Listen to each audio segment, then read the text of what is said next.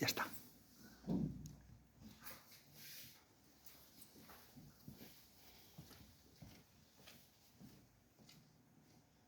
Bueno, antes de empezar con esto, como veis, aquí lo que estoy ofreciendo es una imagen de la caballería del Regimiento Alcántara 14, al cruce por el río Igan. Muy buenas, ahí hay más gente que conozco, al cruce por el río Igan. Antes de empezar quiero hacer varias consideraciones. Una de las cosas que vamos a tratar aquí es la propaganda. La propaganda no solo de derechas o solo de izquierdas, la propaganda es la propaganda, ¿vale? Aparte que creo yo, que tenemos que borrar un poco la ideología de la mente y poder aceptar lo que está pasando en el mundo global. En el mundo global, los que están por encima de nosotros no son ni izquierdas ni derechas. Son gente que deciden muchas veces por nosotros qué tenemos que escuchar. Muchas veces a qué cosas podemos acceder y a qué cosas no. Y con algunas de esas cosas no vamos a estar de acuerdo.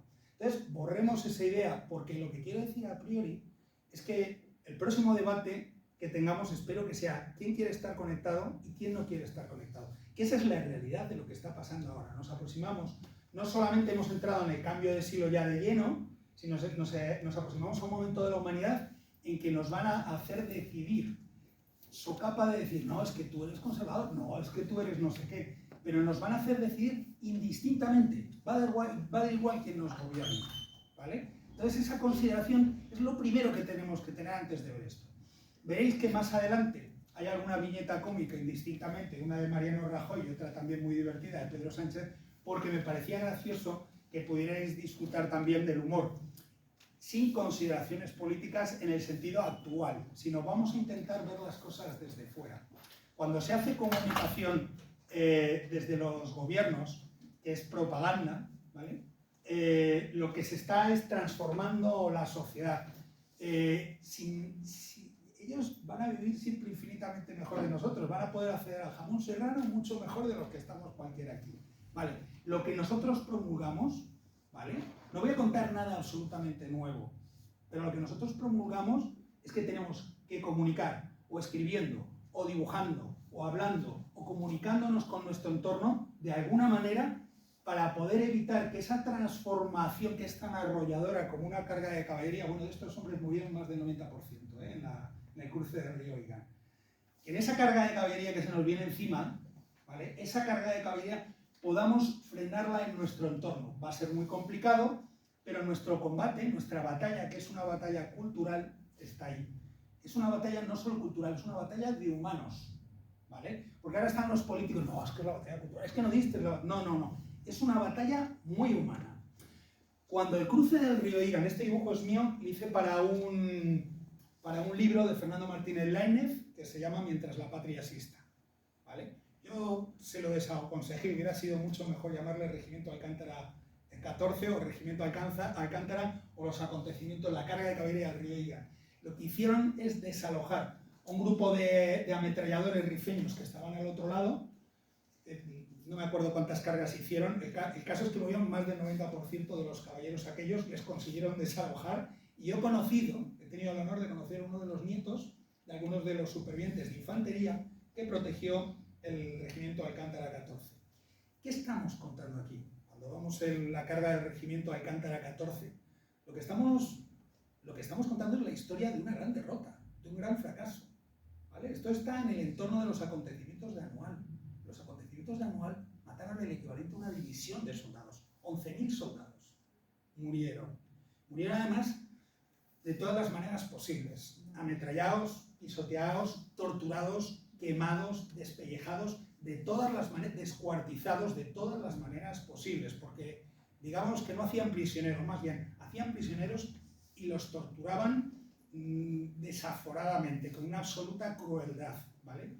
Entonces, lo que estamos convirtiendo esto es una enorme derrota, una de las derrotas más conocidas de los acontecimientos de Anual, en una victoria moral, como un grupo de hombres se sacrifican para poder salvar a otro grupo de hombres mayor que estaba cruzando por allí porque se sentían caballeros. El otro día se lo decía a mis hijos, están discutiendo y les decía, no podéis portaros así, no podéis insultaros así, comportaros como caballeros, deciros las cosas, porque el día de mañana vamos a seguir siendo familia y vamos a sentarnos todos a la mesa.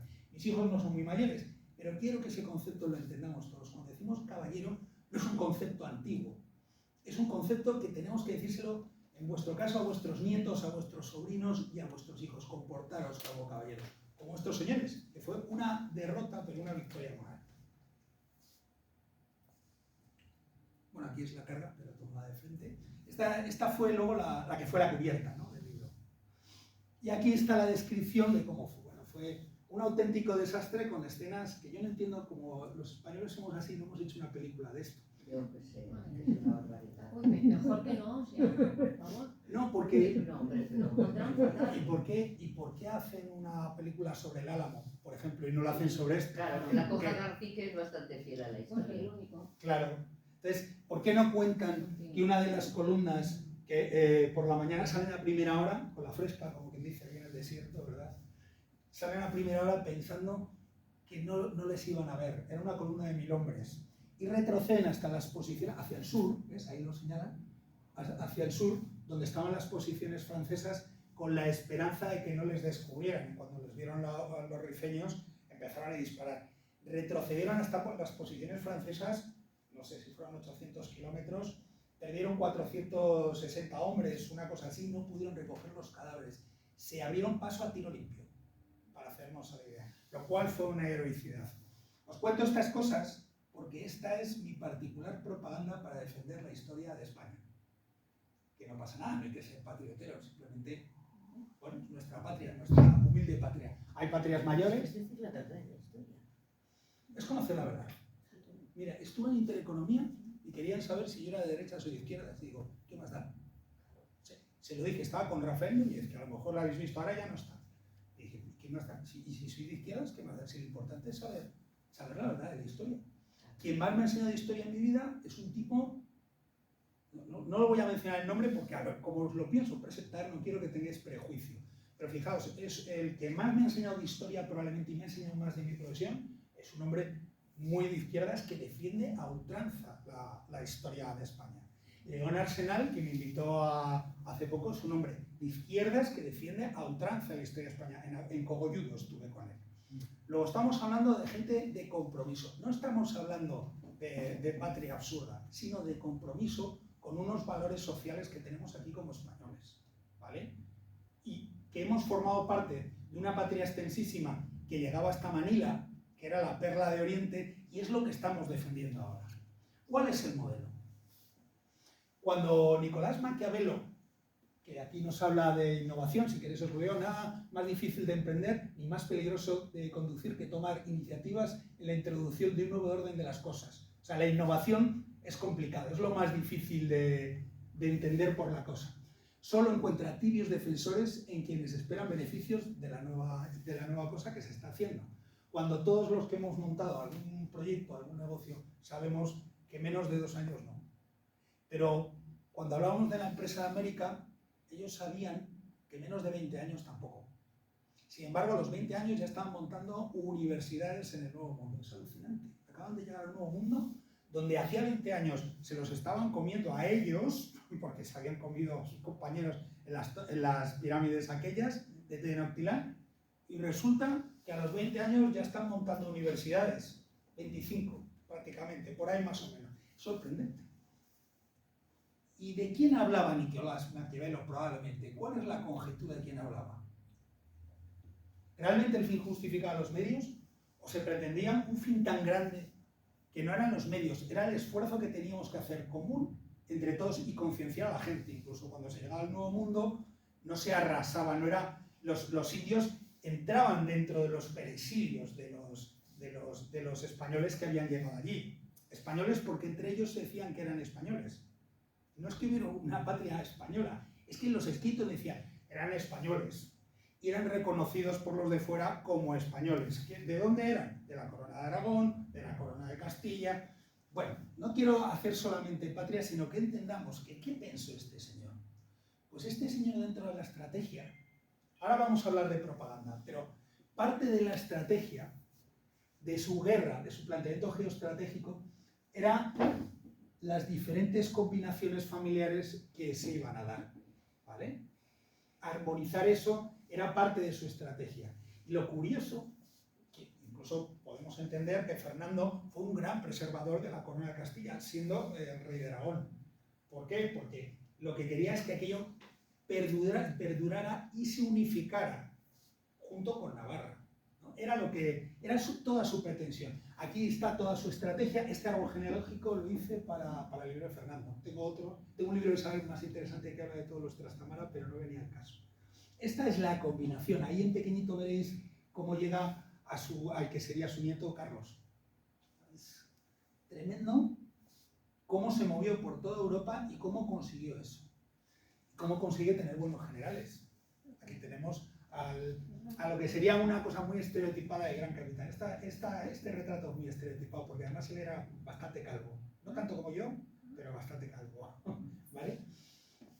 Que consigue tener buenos generales y hacerles buenos encargos e incluso apretarles las tuercas al punto que ya conocéis la respuesta que le dio el gran capitán, ¿no? Son las cuentas del gran capitán, ¿no? Azadones para todos los que enterraron. Exacto. Bueno, ahí tenemos las guerras de Italia y ahí es donde se inicia realmente toda su estrategia, pero hasta ahora no estamos hablando de comunicación, estamos hablando de batalla. Esta es la batalla de Ceriñola. Esta es una infografía un poquito artificial de la batalla de Ceriñola, pero más o menos tuvo que ser algo así. En un atardecer, en una cuesta arriba, las tropas francesas una y otra vez se paseaban por delante de las columnas españolas que protegían el alto. Aquí los vemos, ahí los vemos bien. Ya. Aquí están los españoles, aquí están los franceses que una y otra vez lo intentan. Aquí es donde le matan a Enrique de Nemours.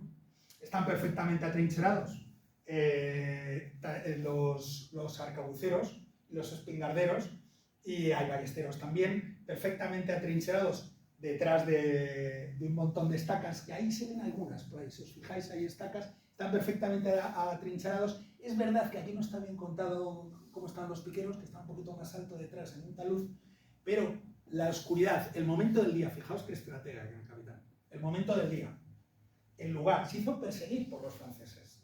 O sea, él lo que hacía es que estoy huyendo a que no me pillas, y van los franceses detrás.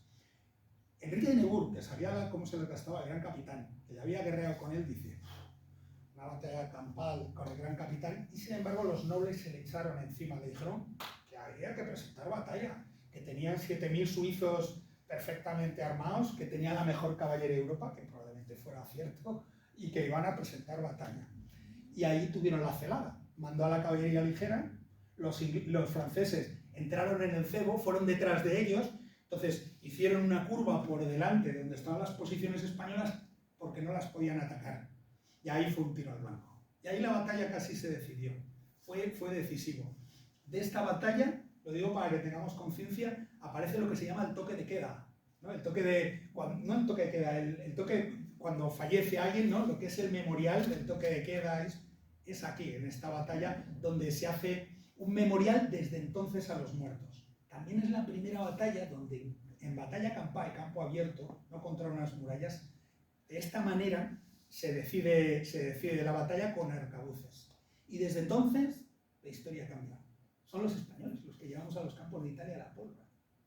O sea, es verdad que la gente utilizaba pólvora, pero de esta manera con arcabuces, sin cañones, portándolo pesadamente encima, y de esa manera, porque además, digamos que en al centro había un grupo de unos 7.000 soldados, o sea, varias secciones, pero eran unos 7.000 soldados perfectamente armados.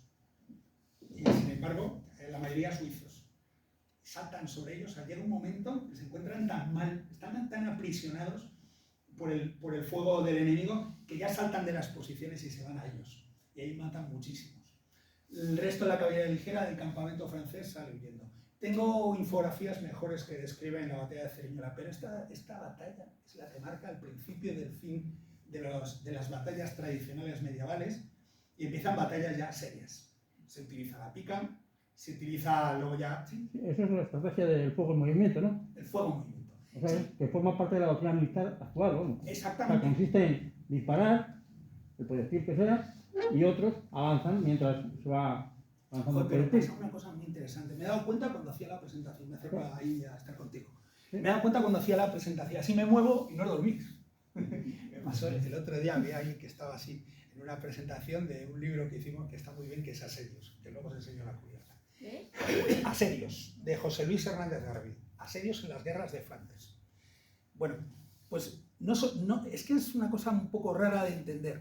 Las doctrinas, no es que de repente desde aquí, y a partir de ahora la doctrina. No, viéndolo todo, las doctrinas al final, y lo vamos a ver ahora mismo con los siguientes diapositivas, las doctrinas se solapan. Bueno, sí, eso es. Las doctrinas se solapan, lo que pasa es que hay puntos de inflexión, pero las doctrinas se solapan. No se Pero aquí se terminan. produjo un punto de inflexión importante porque antes pasaba lo que decías de los caballeros. Claro, pero duda hasta... Aquí la infantería hace una cosa que les sorprende. Pero hasta Pavía no lo pillan, los franceses. Bueno, En Pavía pues dice... empezaron aquí en lo Empezaron que... aquí, pero en Pavía dice, coño, ¿esto va en serio? ¿Esto va en serio? Pero ¿los suizos quién los llevaban? ¿Los españoles? No. Ah, Nosotros los teníamos... Los italianos. No. Los franceses iban con los suizos, nosotros teníamos tropas alemanas. Por eso, y los franceses Italianas y con los españolas. suizos. Exactamente. Y los Pero- otros alemanes. ¿no? Exacto. Pero no por nada, eran italianos y alemanes del Sacro Imperio. Es que al final O éramos... sea, pero los suizos eran italianos, ¿no? No, O sea, los suizos. No, los suizos... Eran mercenarios suizos, Sí. pero los contrataban en Italia. Los contrataban del sur de Suiza, probablemente, de donde está ahí la zona de la Valtelina, pues seguramente los franceses, Francia, que llegaba allí casi fronterizo, Sí, por la zona de Saboya, que no era propiedad todavía francesa, pero por esa zona, pues les iban contratando y los suizos encantados, porque los Claro. suizos, podemos decir lo que queramos de los suizos, que es un territorio de paz, pero han participado en todas las guerras, Todas, sí. en todas. Entonces, ¿qué sucede? Me enrollo un poco en eso para... ¿Y exactamente Ceriñola dónde está? Ceriñola está en el sur de Italia, en la parte del Adriático.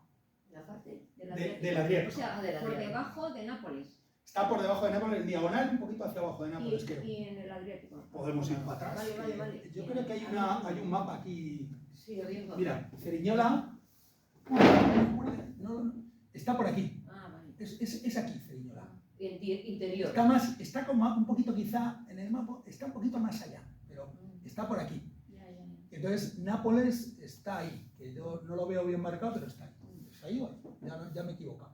Pero bueno, ves que está como en diagonal hacia allá, con respecto a Nápoles.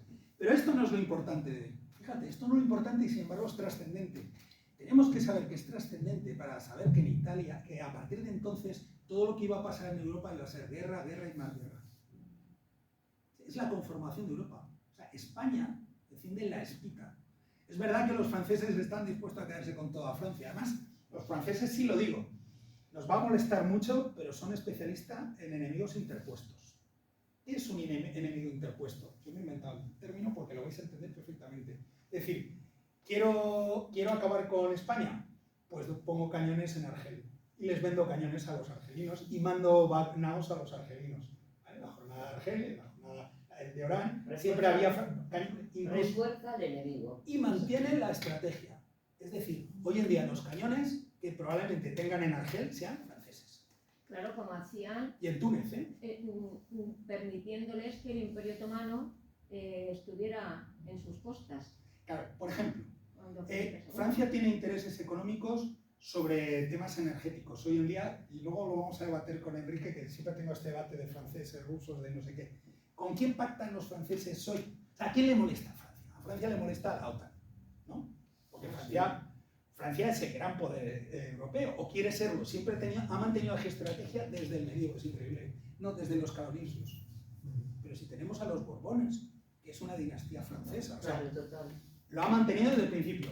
Nosotros somos la dinastía, no sé qué, si hace falta montar una masonería para que esto se mantenga, les da igual, haya monarquía, no, ellos quieren ser el gran poder. ¿Con quién pactan en secreto ahora para obtener energía? Con los rusos. Con los rusos. Claro. Uno podrá pensar que tienen razón o no, pero coño, defienden a su nación.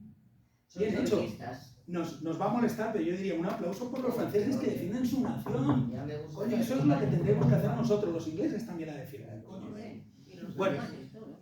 Fijaos lo que dice este señor, y os va a sonar la frase. La guerra no es simplemente un acto político, sino un verdadero instrumento político, una continuación de las relaciones políticas, una gestión de las mismas por otros medios. O sea, la guerra es la prolongación de la política por otros medios. Esa frase que conocemos procede de este señor. Me he quedado con esta frase porque la prolongación de la guerra por otros medios, y esto comulga con lo que ha dicho él, no hay nada definitivo, ¿verdad? Se solapan las doctrinas. ¿No? La doctrina vale para una escuadra de 4 o 5 señores o para un batallón. Para un batallón, pero en cuanto venga la doctrina nueva, como sea buena, bien. vamos a por ella, vamos a por la doctrina nueva. La guerra híbrida. Generar, una de las cosas que tiene la guerra híbrida es que lanzando un misil en el lugar adecuado ha generado un estado de opinión. Y como somos tantos, ¿quién puede más? 5.000 millones de personas o un solo misil. Tendrías que matar a toda la humanidad, no lo van a hacer.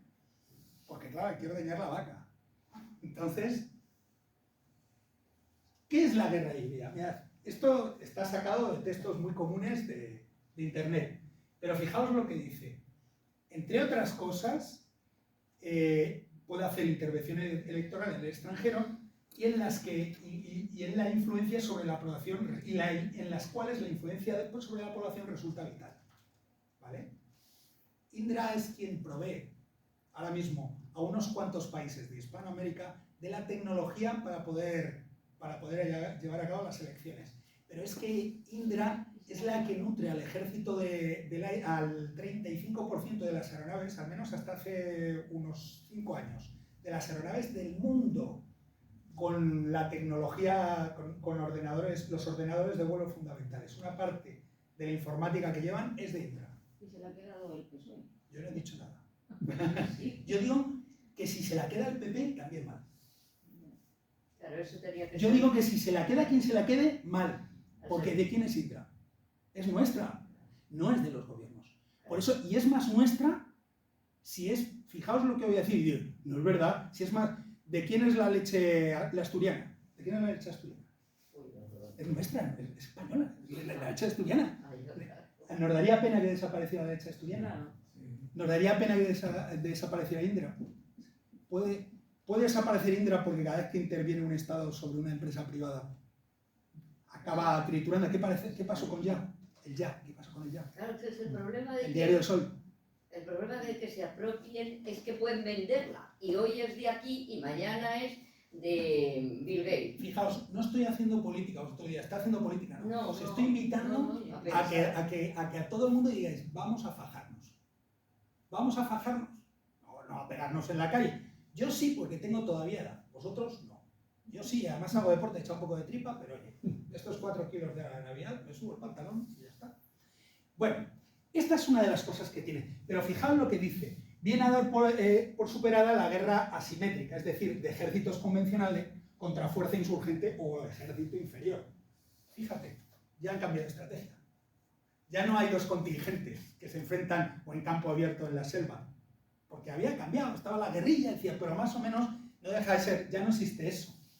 Ahora lo que existe es una influencia sobre la población para que decida quiénes van a ser sus líderes. Y esta es la guerra a la que nos estamos enfrentando actualmente. Por tanto, en esta guerra, ¿qué es fundamental? La comunicación con las masas. No, pero ¿Vale? la estrategia o la táctica no es lo mismo que la doctrina. Sí, lo que pasa es que la doctrina da lugar a la estrategia. Y la estrategia... Es difícil entender esos pasos. Lo que pasa es que es raro, porque ellos a lo mejor no se entienden. A ver, una táctica, yo tengo una táctica, y es que me acerco a la gente, ¿verdad? Es mi táctica, me acerco y me muevo. Y además os tengo así, y dice, venga, ¿por dónde? Cuidado, agachado. Como si estuviéramos en la guerra, ¿no? Esa es mi táctica. Pero se basa en una estrategia, y es poder comunicar mejor la guerra. En este caso es la guerra de la comunicación. Eso es. Y es una guerra de comunicación que procede desde la época... Me falta una hecha. Me falta una hecha. No, mira, no, eso está escrito en tuntún. Bueno, lo vamos a quitar para no asustarnos. Procede desde la época de los romanos, ¿vale? Es decir, ahí es antiguo. La estrategia de comunicación procede de la época de los romanos. No solo es la guerra, procede desde entonces. Ya vemos pintadas políticas en Pompeya, ¿vale? Ya las vemos. También procede el propio espionaje y la influencia sobre otras naciones. Los de la Cerda eran espías que espiaban para el imperio ya en el siglo XVII. Está también la propaganda. La propaganda influía sobre la población, pues diciendo barbaridades como esta, que el duque de Alba se comía a los niños. Y hay gente que en Holanda lo sigue creyendo. Sí. Igual que hay gente que en Hispanoamérica siguen pensando que les hubiera ido mejor con los ingleses.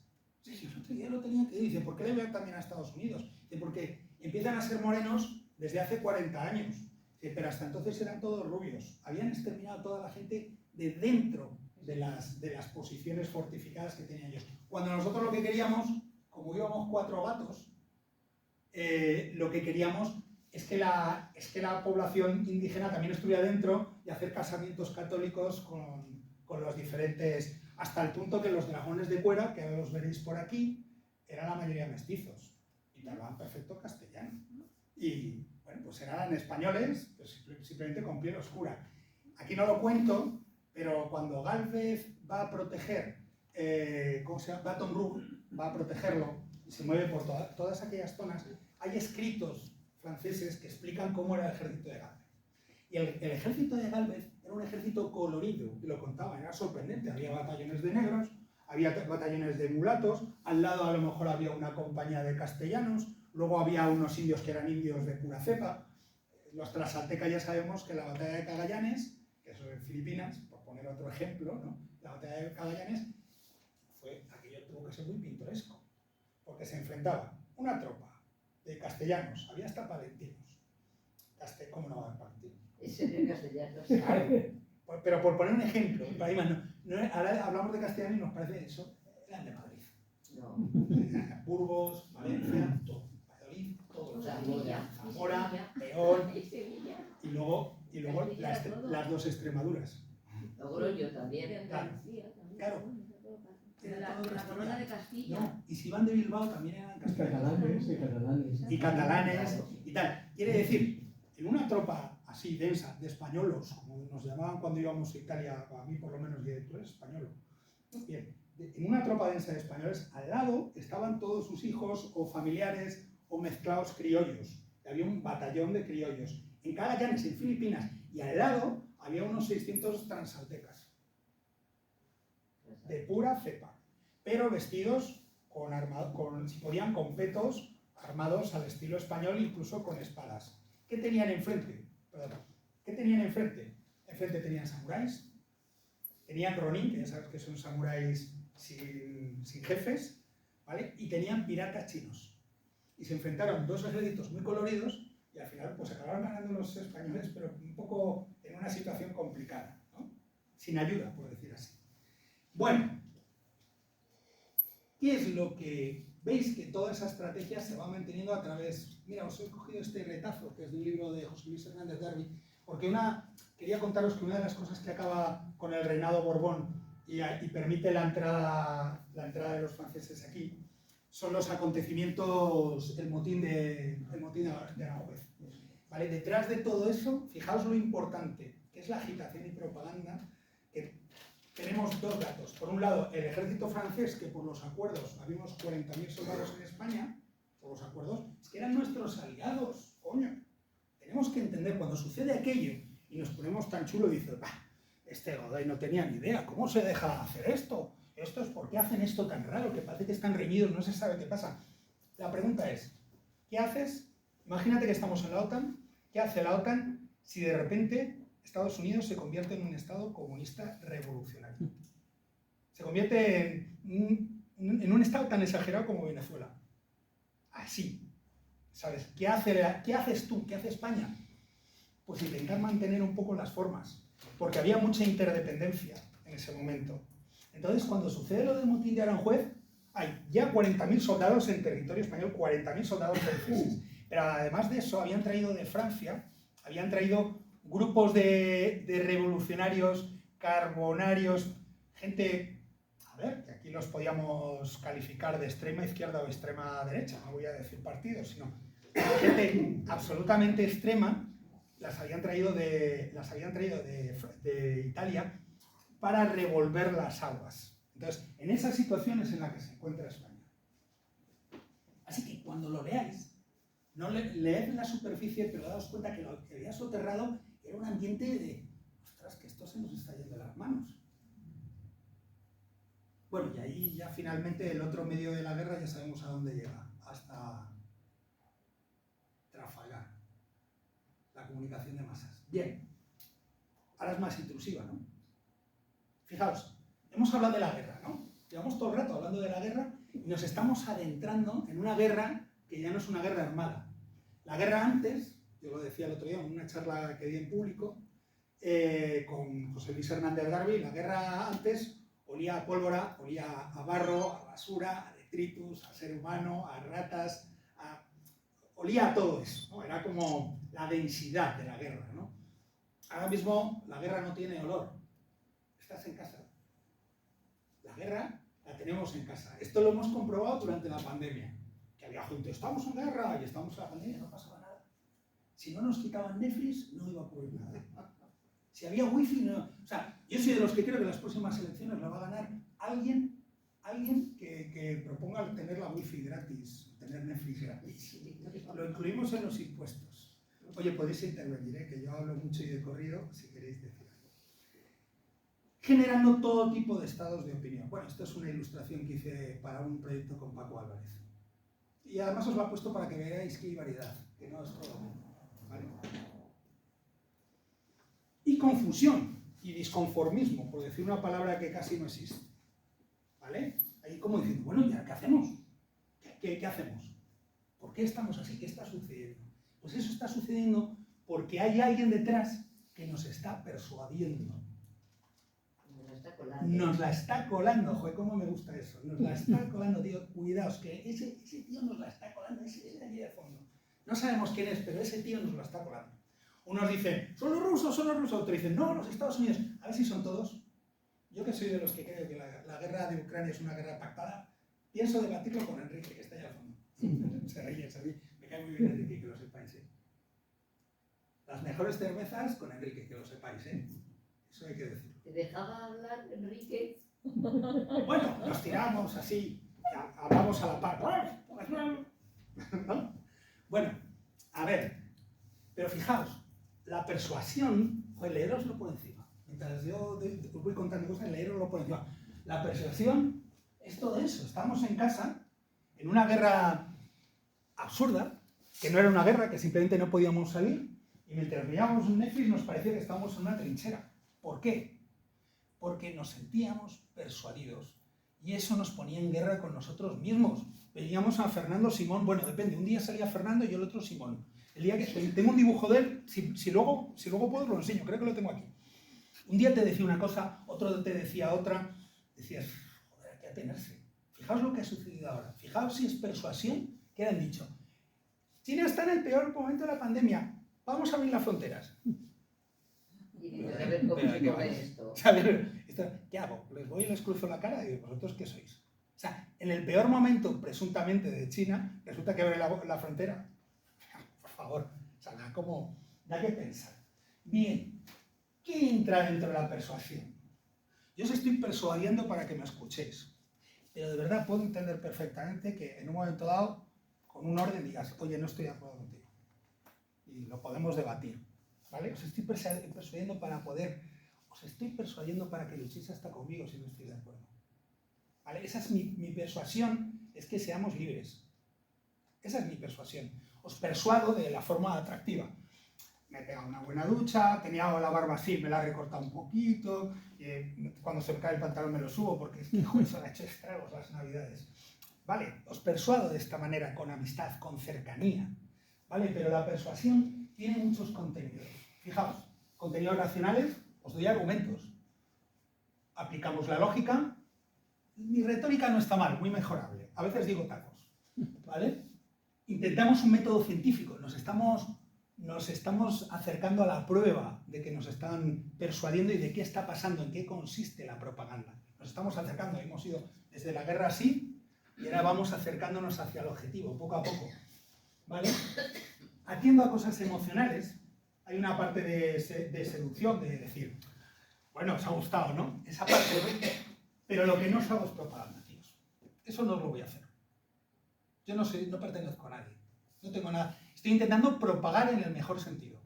Pero la propaganda, vista desde un punto de vista publicitario, es algo positivo. Pero visto desde el punto de vista social y político, es algo que puede tener una carga muy negativa.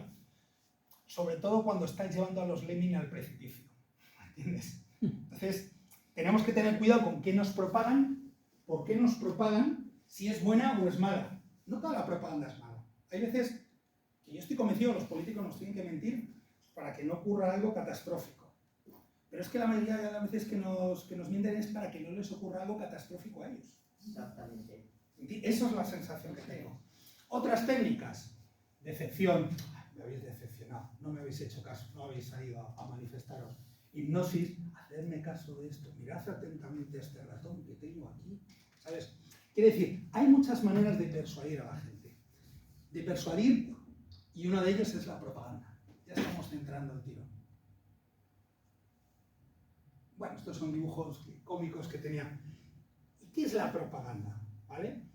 Bueno, la propaganda es un método, una fórmula de persuasión, sin entrar en la definición estricta, se utiliza o dentro del mundo de la publicidad o dentro del mundo de la política o el mundo social para hacer que la otra persona haga cosas.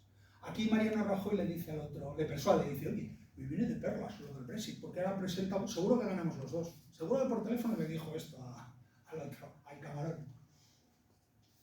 Al final perdió el Brexit, ¿os acordáis, no? Sí. El Brexit. Sí, sí. Fijaos, merece la pena leerlo. ¿Cuáles son las técnicas de la propaganda? Bueno, a mí esto lo he hecho porque esto era un patio de colegio. Yo a veces veo el Congreso de los Diputados y lo siento. Lo veo un poco como las viñetas de Ibáñez, ¿no? Hay un poco de... Quiere decir, es inevitable, todos somos niños de 8 años en algún punto, ¿verdad? Pero tenemos responsabilidad de gente de más de 50 en otro punto, ¿vale? Lo que sucede en el Congreso de los Diputados todos lo sabemos, ¿vale? Creo que es útil que haya una democracia, o sea, yo creo personalmente en la democracia, por encima de muchas cosas, pero lo que no creo es cuando suceden este tipo de cosas. Fabricación de falsos documentos, inspiración del miedo, testimonios. Esto es definición de Wikipedia. O sea, vosotros entráis en la Wikipedia y formalmente te lo cuentan, ¿vale? Estas son técnicas de propaganda. Generalizar o estereotipar, imprecisiones intencionales o mentiras por omisión. Esto te lo cuentan como una técnica. Lo que te dicen es que son técnicas de propaganda. Te lo cuentan, además te lo numeran y lo puedes leer. Es increíble. Insultos y difamación del adversario, explotación de tópicos y lugares comunes y tal. Todo esto lo hacen para que nosotros vayamos hacia su producto, que es lo que ellos quieren que nosotros hagamos, ¿vale? ¿Cuál es el centro del debate? De lo que yo estoy tratando hoy. Tenemos que utilizar medios de comunicación eficaces para poder contener eso. Yo lo que estoy es balanceando en un lado la propaganda que me dan, la que me meten, con mi pasión artística. Es decir, yo hago estos dibujos para decir, cuidado, a mí no me la coláis. Claro. Pero los escritores escriben libros para decir, a mí tampoco. Claro. ¿Vale? Esa es la lucha. El problema, bueno, luego... No, cuenta una vez. No, el problema es que a mí no me la coláis, yo no me lo creo, eso no es cierto. Y puede haber un mínimo de personas que son así, pero luego tienes en contra que dice, pues si no te la cuelo te obligo, si no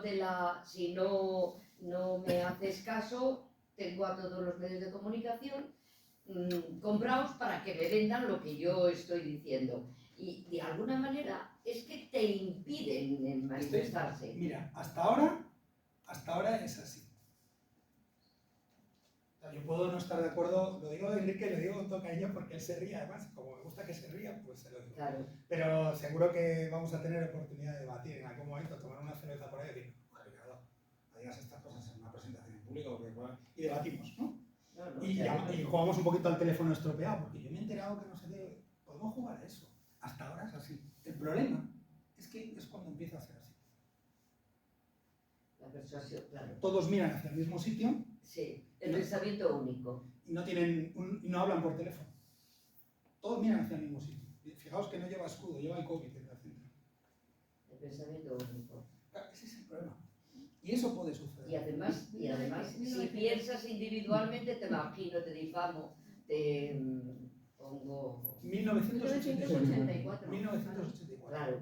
Pero no solo eso. Esa es la red social en la que vamos a estar. Es decir, una crisis constante o bien producida por el COVID, la del COVID ha sido surreal, al final han admitido que era de laboratorio, y lo ha admitido además la ONU, que es de laboratorio, la OMS, que es de laboratorio.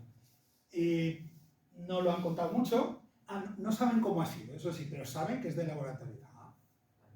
Bien.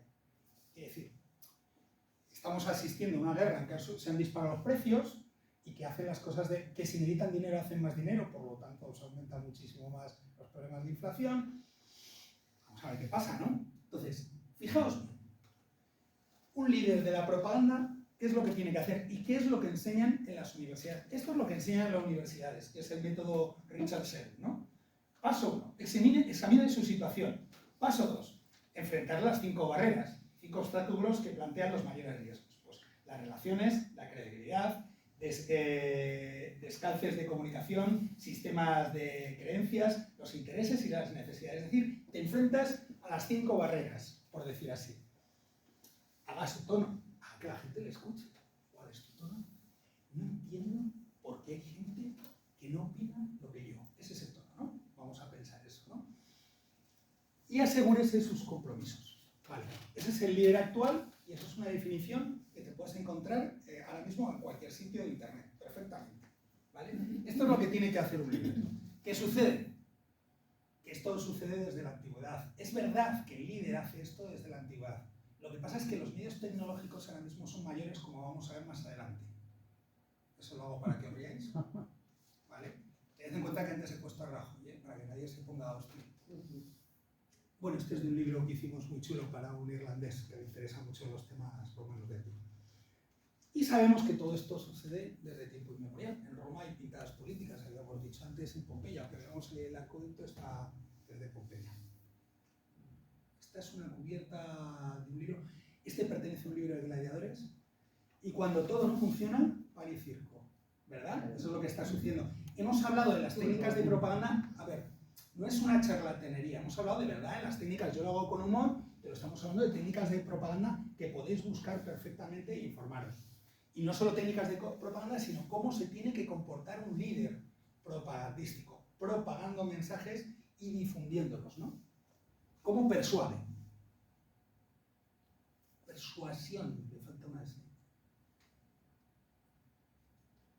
Pan y circo, chicos? Totalitarismo, ¿vale? ¿Qué es el agitprop? Perdona. Que vayas avanzando. No, sí, tampoco va a ser, tampoco es tanto. ¿Cuánto nos queda? Nos queda 35 minutos. Sí, pero con el debate que va a surgir. Bueno, nos vamos a hacer el debate ya. Queda media hora, pero por lo menos 20 minutos o un cuarto de hora puede ser de debate, que es lo que hacemos aquí. Vale. Muy rápido. A ver. ¿Qué es la agitación y propaganda?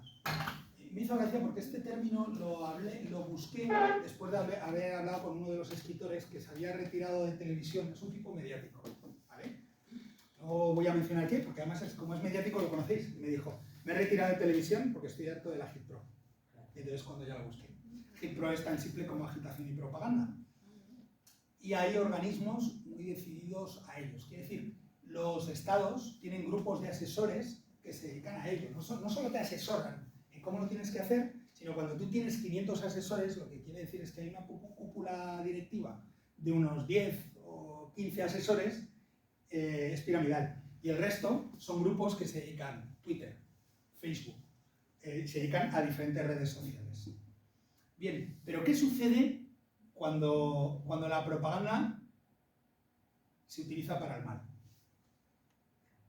Muy rápido, no hace falta que diga gran cosa. ¿Qué sucede? Estos son mapas que hicimos para el libro que habéis visto anteriormente, Miguel del Rey y Carlos Canales. ¿Qué sucede? Esto es real, ¿eh? Esto además, este tipo de mapas los he hecho para varios libros. Y en todas las fuentes te dicen lo que ha pasado. Eso es real.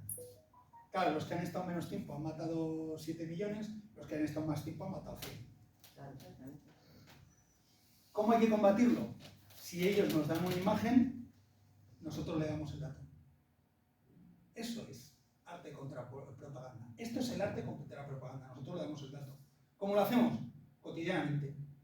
Siempre estamos pensando en hacer un libro nuevo. Algo que informe y que ponga a la gente en la realidad.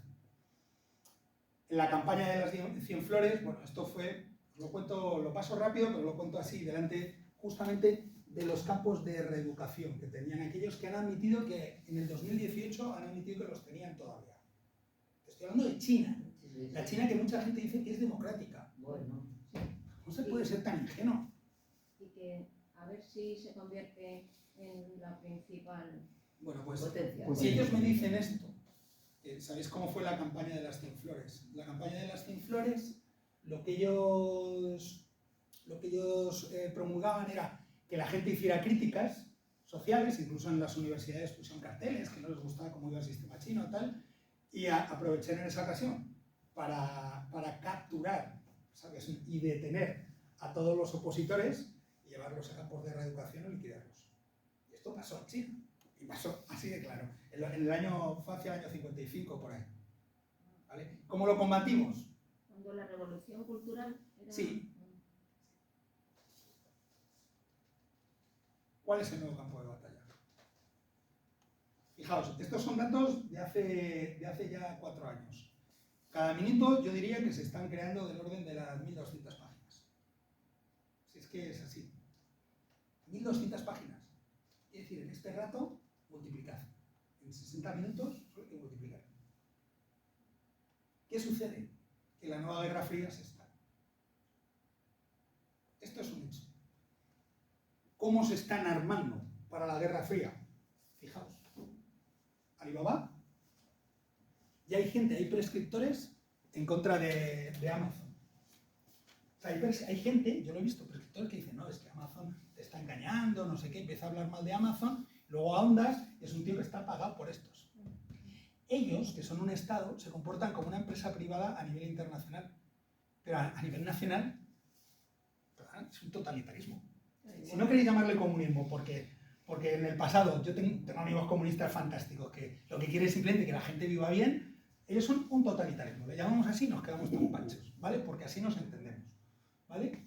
Fijaos, esto tiene este tamaño, esto la mitad, pero esto era hace tiempo. ¿Cuánto ha crecido Alibaba? Yo antes no accedía a Alibaba, ahora de vez en cuando me entra publicidad de Alibaba y estoy en el mundo occidental, estoy al otro lado del mundo. Fijaos, ¿eh?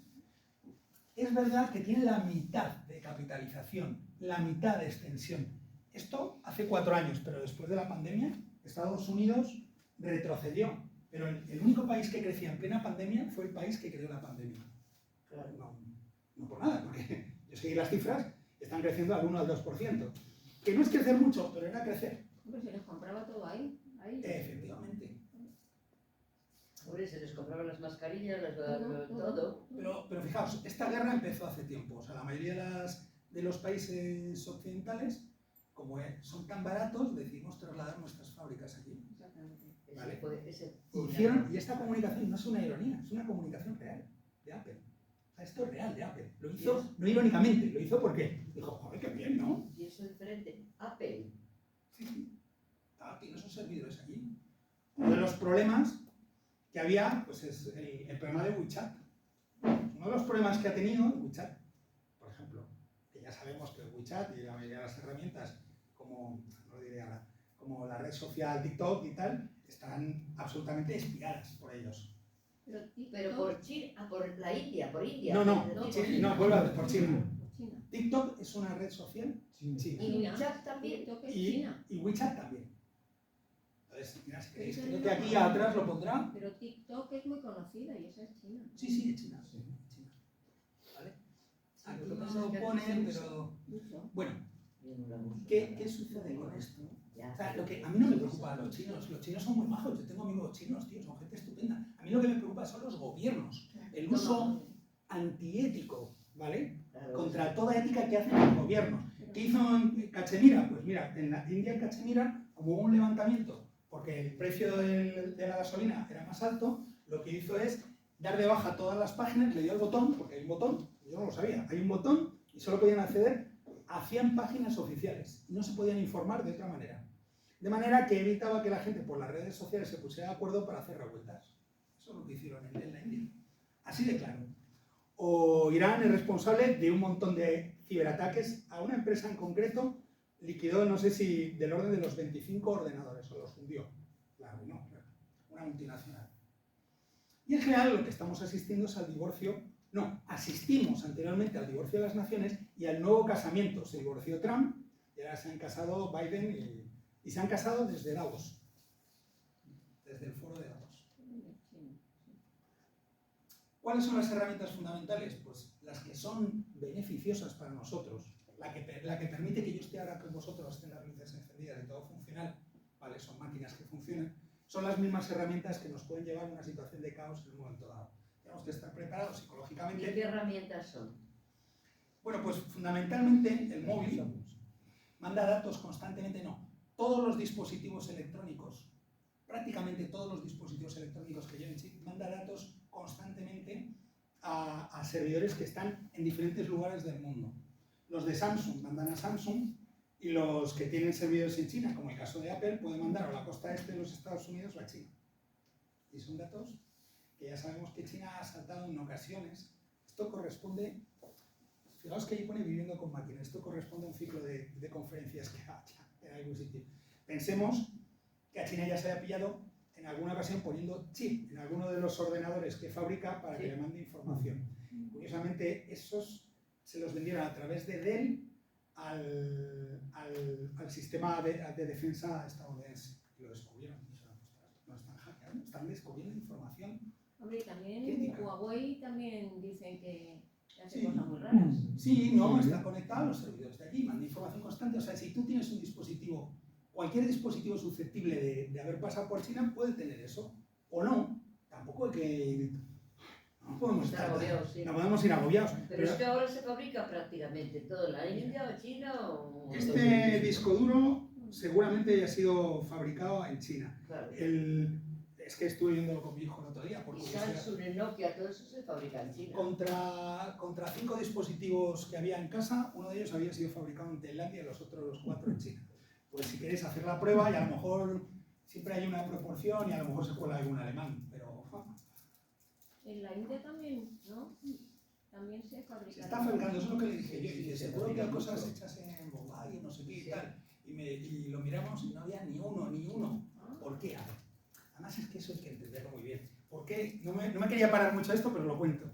Hay que entenderlo muy bien. ¿Por qué en un momento dado Inglaterra, o sea, Gran Bretaña, hace así? Dice, ya no quiero estar con vosotros.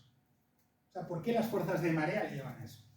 Porque además, hoy en día no nos podemos ocultar que los gobiernos controlan perfectamente el sistema electoral.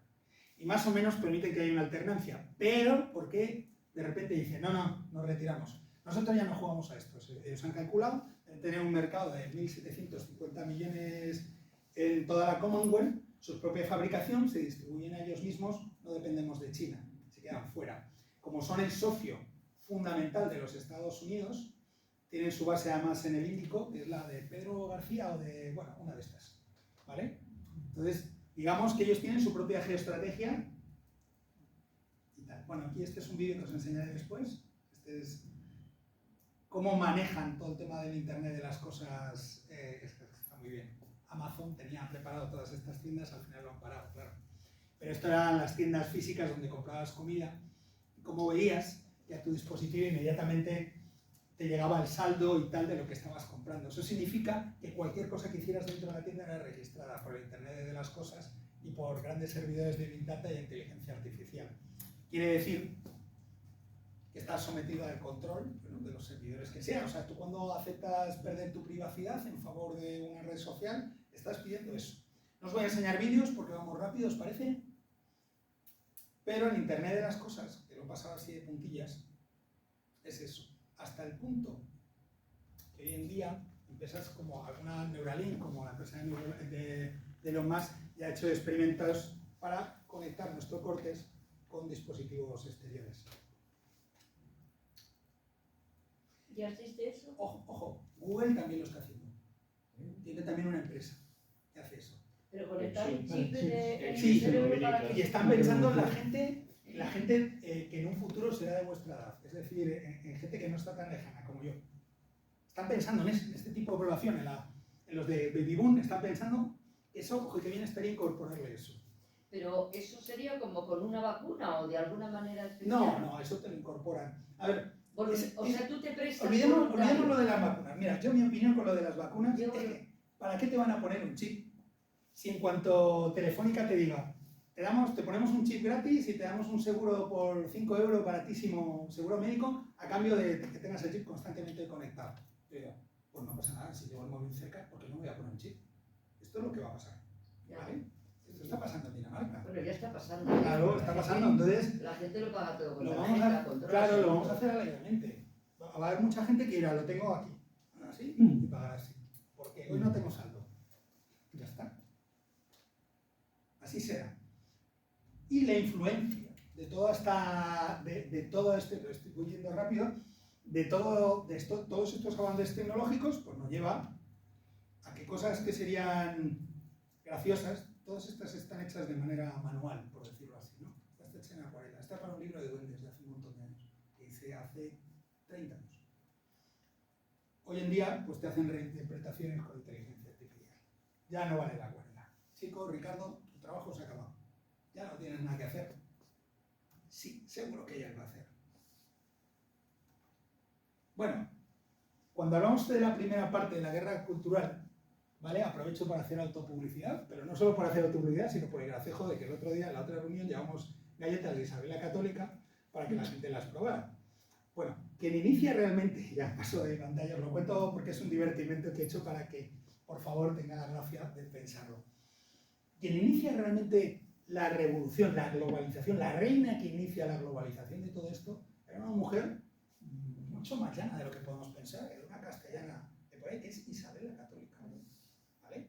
Con ella se hacen las leyes de Indias y con ella se provoca la primera globalización. Ríete tú de la Revolución Francesa. En la Revolución Francesa matan miles y miles de personas, cientos de miles, perdón, de personas para poder imponer un sistema. Ahí la bandé, no hicieron ahí una- Claro, aquí la gente es verdad que muere porque les llevamos la gripe, ¿sabes?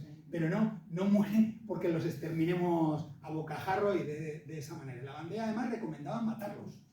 Era lo que había, era una acción estatal para matar a la gente de la bandera porque eran católicos. Así de sencillo, ¿vale? Y en México pasó lo mismo con los cristeros. Algo muy similar, muy similar. ¿Por qué? Porque eran afrancesados. O sea, cuando entra Maximiliano son afrancesados. Eso sucede allí. ¿Qué llevamos nosotros?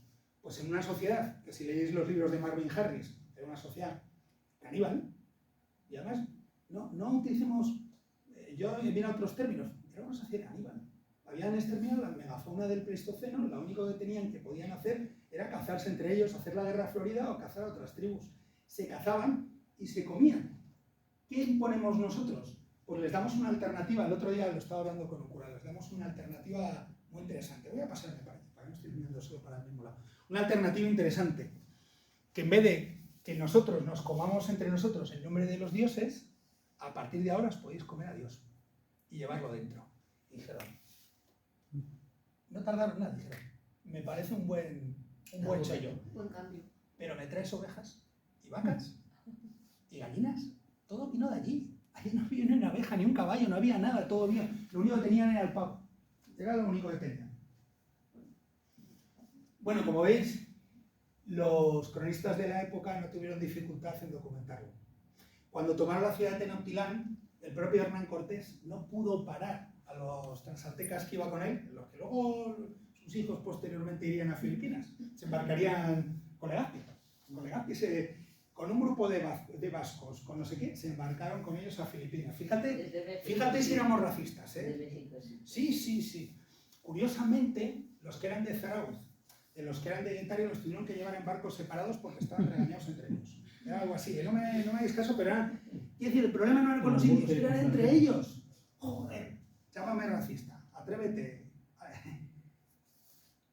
¿Vale? Esto es de un libro muy interesante, que es La empresa América. ¿Vale? Esto es uno de los descubrimientos geoestratégicos más importantes del mundo, el Mar del Sur. O sea, entonces todavía competía Portugal con nosotros.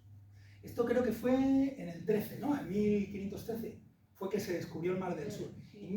Pero es que inmediatamente Portugal llega a las Molucas Inmediatamente España llega, conquista México, era una cuestión geoestratégica importantísima, se iban haciendo mapas que se guardaban en Manila, pero no se llevaban todos los mapas, iban trozos de mapa para que la gente no les descubriera. Por eso el mar del sur fue el mar español durante más de un El siglo. lago español, sí. Claro, hasta que entraron los ingleses en Manila y se hicieron con los mapas. Y ahí se acabó el chollo, ¿vale? Pero esto fue uno de los descubrimientos más importantes probablemente de la historia. El ver que había un mar al otro lado y que había que atravesarlo. Y encima además que podían fletar barcos desde el otro lado de la costa. Era geoestratégico que conquistaran México y fletaran barcos desde Acapulco. Y eso sucedió 7 años después, más o menos, 6 años. O sea, fue rápido, para entonces era muy rápido. Aquí tenemos cómo sería más o menos, una infografía de cómo sería más o menos Cuzco. La expansión hacia el sur. A los peligros que nos enfrentamos, pensemos que la frontera española llegó hasta aquí. Empezamos con la Luisiana y subió hacia el norte. No, perdón, hacia el norte no. Subió por aquí. San Luis llegaba prácticamente hasta aquí. Las últimas misiones españolas y hispano-francesas llegaban más o menos por esta zona. He traído el mapa, o a lo mejor lo tengo por ahí, pero a esa zona llegaban. Y ahí por fin el consabido mapa donde tienen muchas más rutas. Tenían las rutas de los Texas y tal. Es una pena que no lo haya traído. Sí, estará ahí, pero lo tendría que buscar. Las rutas de los Texas están por ahí, pero prácticamente todo esto tenía vías hasta el sur. Se llenaban de autopistas que comunicaban un lado y otro. Eran carreteras que se limpiaban y se mantenían para poder mantener el comercio entre ellos. Por eso duró 300 años el imperio, si no hubiera durado. ¿Vale? Todo ese movimiento que provocaba necesitaban gente con cultura. Aproximadamente, no me hagáis mucho caso, hacia 1558 creo que la segunda universidad que fundaron en el Nuevo Mundo, que fue en México, inmediatamente la de Cuzco y Lima, la de Lima, sí. Pero antes habían fundado hacia el año 30 y tantos una pontificia, la española, no me acuerdo cómo se llamaba. Es decir, hemos llegado, joder, 10 años es muy rápido, es que no lo estamos viendo. Vamos a ver, ¿por qué cuento esto? Porque es que realmente la potencia de contarlo de forma artística, de forma gráfica, o sea, yo se lo decía a Rafael Núñez, la historia se tiene que contar en clave gráfica. Porque esto tiene una potencia, simplemente con un narrador al lado, no conmigo, que yo no sé mucho de historia. Quien sabe de historia me hubiera traído al aire, un día me lo traigo, ¿vale? Y nos damos una conferencia sobre el soldado español. Se lo digo. Mirad, otra de las cosas, perdón. Ese ya era vestido, ese No, era ese es vestido. japonés. Este es japonés. Esta fue la primera embajada japonesa que vino a Sevilla. Ah, En Sevilla se llamaba Sakura, no Sakura como el árbol, pero tenía un nombre Y parecido, no me acuerdo del Hay nombre. un se pueblo, quedaron, que hay un pueblo, se ¿no? quedaron. Que son descendientes Como no de te les japoneses. pasa como a mí, no sabían decir el nombre en japonés, se quedaron con Japón de apellido. Sí. Se casaron, se hicieron católicos y fue una comitiva al Vaticano. Y le recibió además En Sí, Jaén, no sé, en no la sé. zona de Jaén viven bastantes japoneses. la propuesta española era modernísima. Proponían una religión moderna, integradora, donde cabían todas las razas, no como los puritanos, que había que quitar a todos, no, los negros no, los no sé qué, cabían todos absolutamente. Esa era la propuesta española, frente a la portuguesa, a la inglesa, a tal. ¿Cómo no íbamos a tener enemigos? Es que era imbatible, o sea, la propuesta era buenísima. Y claro, si la propuesta era buena, todo el mundo se iba a adherir. Se adhería la adherencia comercial, por decirlo así, de los ingleses iba a ser menor en la costa. Por eso sucede la guerra de asiento. Y por eso vemos aquí los acontecimientos de Cartagena India, que otro día os lo cuento. Pero es muy interesante porque este mapa lo hicimos para un libro que se titulaba de Pablo Victoria, que era el día en que España venció a Inglaterra. Se llamaba también o la oreja de... La guerra de asiento o guerra de la oreja de Jenkins. De Jenkins. De Jenkins, porque fue un guardacostas español el que paró al tal Jenkins, Sí. se montó en su barco, le asaltó el barco y dijo, ¿qué hace usted aquí? Y el otro cuando se puso chulo le cortó la oreja y dice, lo haré a usted o al rey si intentan entrar en aguas españolas. Porque tenían permiso para que entrara un solo barco inglés al año. Y claro, los ingleses estaban negros. Esto es una infografía no muy buena, bueno, es una ilustración, no muy buena, pero sí da la idea de, llegamos hasta Alaska, esto es Valdés, estos son los paisajes reales de Valdés. O sea, los topónimos más al norte, españoles, es Valdés y Córdoba, en Alaska. Hasta allí llegamos, y llegamos Vamos en expediciones con Malaspina, yo creo que llegaron hasta un Alaska. Y se sigue llamando Valdés. Y se sigue llamando, y Córdoba. La sí, bahía ¿sabes? de Valdés. ¿no? Sí, sí, se sigue llamando así. Tomamos ahí, se tomó aquello delante de una fragata rusa. Y ahí, bueno, pues fue desde entonces que los rusos nos declararon la guerra, pero en esas inmensidades nunca nos vimos. Y la paz se firmó justo en el posfranquismo, por decirlo de una manera que nos podamos entender. Por esas fechas se firmó ya en la democracia española. Firmamos la paz, nunca nos habíamos visto. Y como luego había habido guerra y habían estado aquí y tal, pues se firmó una paz para que aquello no quedara como una amargura. ¿Vale? La otra guerra cultural es la Inquisición española, ya voy un poquito más rápido, en la que participa con Javier Santa Marta, y en la cual... Y este es Alonso de Salazar, ¿vale? Que es uno de los inquisidores que participa en los acontecimientos de brujería de, no lo voy a decir, en Navarra, caramba, no diré el nombre. Zugarramurdi, ¿no? Sí, Zugarramurdi. Sí, bueno, está muy estudiado por Julio Caro. Sí. Julio Caro es el que trata a Alonso de Salazar y Frías. Sí, y tiene una cosa muy buena. Inquisidor de Logroño. Que es inquisidor para salvar a las brujas. Exactamente. O sea, la ensalzación, salvar a las brujas. El problema que había, a ver, ahora lo vamos a ver. Hay un mapa que lo cuenta muy bien. Bueno, esto es para otro libro y tal, y os voy a entender. Hay un mapa que lo cuenta muy bien. Ya ha pasado 2 o 3. Bueno, a ver. Me vais a perdonar, pero tengo que marchar. Ya termino si queréis con esto. Ya no. Tengo que interrumpir si cogen mi abrigo. Es otro día, José Luis. Hay que seguir. Bueno, él es el que demostró que las brujas realmente no eran brujas, que no volaban ni eso. Exactamente. No, lo que demostró que no eran brujas, eran envidias que habían entre ellos. Bueno, sí, Eran pobres eran mujeres que además eran comportamientos humanos normales y corrientes, Exacto. y Entonces, que no había brujas. ya ¿no? para terminar, si queréis, hay muchas más cosas, pero yo creo que esto está bien ya para parar aquí y debatir un poco 5 o 10 minutos si queréis. ¿Vale? Poquito, pero... Sí, pero la Inquisición francesa, sin embargo, Bueno, ya siguió está. creyendo. Tampoco ha sido una Los cosa... franceses siguieron creyendo que volaban y eso. No, yo no. A ver, estas cosas se creían, también creían en el hombre lobo y muchas cosas los franceses, hicimos un programa de radio de ello. Pero fijaos lo que sucede. Frente a unas 150.000 personas que mataron quemados en Alemania y demás, sacrificados, los españoles, la Inquisición liquida unos 4.441, creo que está por ahí la cifra, os la puedo buscar. Una cosa... En toda la vida de la Inquisición. En toda la vida de la Inquisición.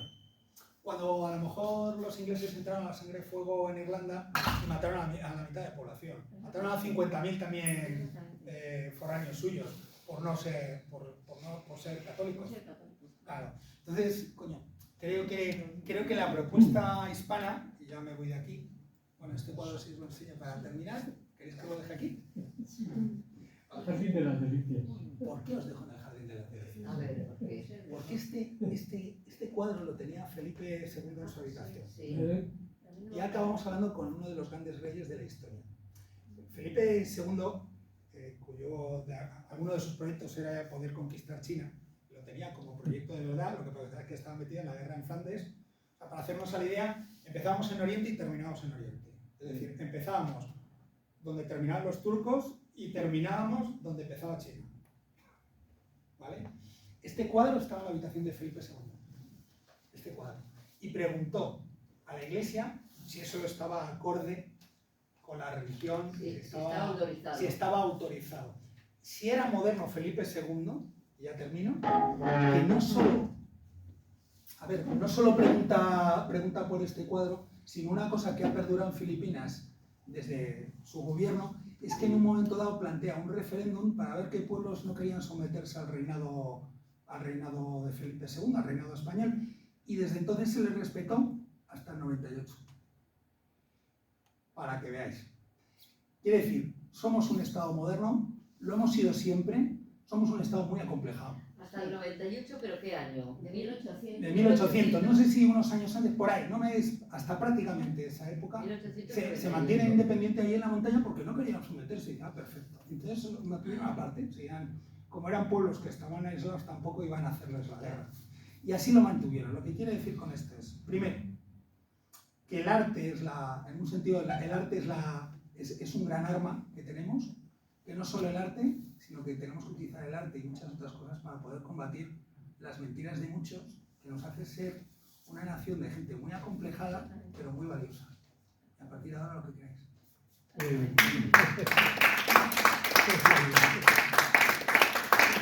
Muchas Muchas gracias y quedamos emplazados porque han quedado por ahí muchas cosas pendientes, que tenemos que seguir tratando. Bueno, o sea, sí, Vamos, pero perdona, todo... perdona, Ignacio, Vale. vamos a abrir ya el debate, va a ser muy breve porque se ha comido todo el tiempo Ricardo, así es que adelante los que queráis Bueno, intervenir. Bueno, empezar. Ignacio quería y Sí, luego... pero España realmente, Castilla fundamentalmente, perdió su verdadera autonomía con la guerra de las comunidades del padre de Felipe II, que él continuó de otras maneras, que al afirmar el poder real realmente se fue al garete la posibilidad de una Castilla, origen de España, verdaderamente independiente. Verdaderamente libre. Pero no hubiera llegado tan lejos. Bueno, yo creo que O sea, ahí quiero decir, hay un problema. Vamos. La fuerza de la hispanidad, los tercios, para que nos hagamos una idea, o sea, la gran fuerza de la hispanidad, los grandes ejércitos no se movían solamente, no solo de Castilla. El soldado castellano era de los mejores soldados que había, y era verdad, y era metido así, pero era un rara avis. Era difícil reunir un tercio entero Era lo que castellano. menos sabían los tercios. Y ojo, para reunir, si costaba eso, pues muchos de los castellanos acababan en Nápoles y estaban en el tercio de Nápoles, luego llamado el tercio de Lombardía, tan bueno como el que pudiera ser sacado de Castilla.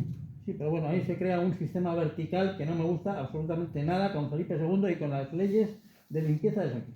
Ah, bueno, eso sí. Sí, pero... Sí, no, es fundamental. Eso es lo que hace que España sea un país tan mediocre hasta hoy. Ya, pero había maneras de Bueno, yo creo que ese es un problema grave. Sí, ahora cambio totalmente la pregunta a una cosa que es, de todo lo que has explicado sobre estrategia, táctica y doctrina militar, y después la evolución hasta lo que es la propaganda, digamos, cultural, institucional. O sea, hay un señor que sabe mucho hablando de estas cosas en el cuarto milenio, que es el coronel Pedro Baños. Entonces yo quiero preguntarte, ¿a ti qué tal te parece el coronel? Porque es un coronel de infantería. No le sigo, yo he llegado a este conocimiento a través de otras cosas. O sea, yo he llegado a este conocimiento a través de yo he participado en más de 500 siglos.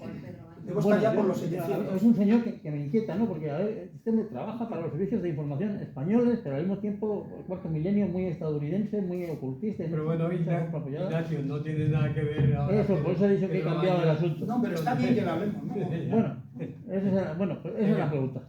Tú no tienes Maite, una formación de y historia. luego Enrique, que y Bueno, sí. Margarita. No, yo ya termino. Te felicito porque la verdad es que ha sido súper interesante. Y has tocado tantos temas que tendrías que abrir ahí. Claro, que son muchos Esos temas, sí. Pero vamos a ver, te voy a hacer una reflexión y una pregunta.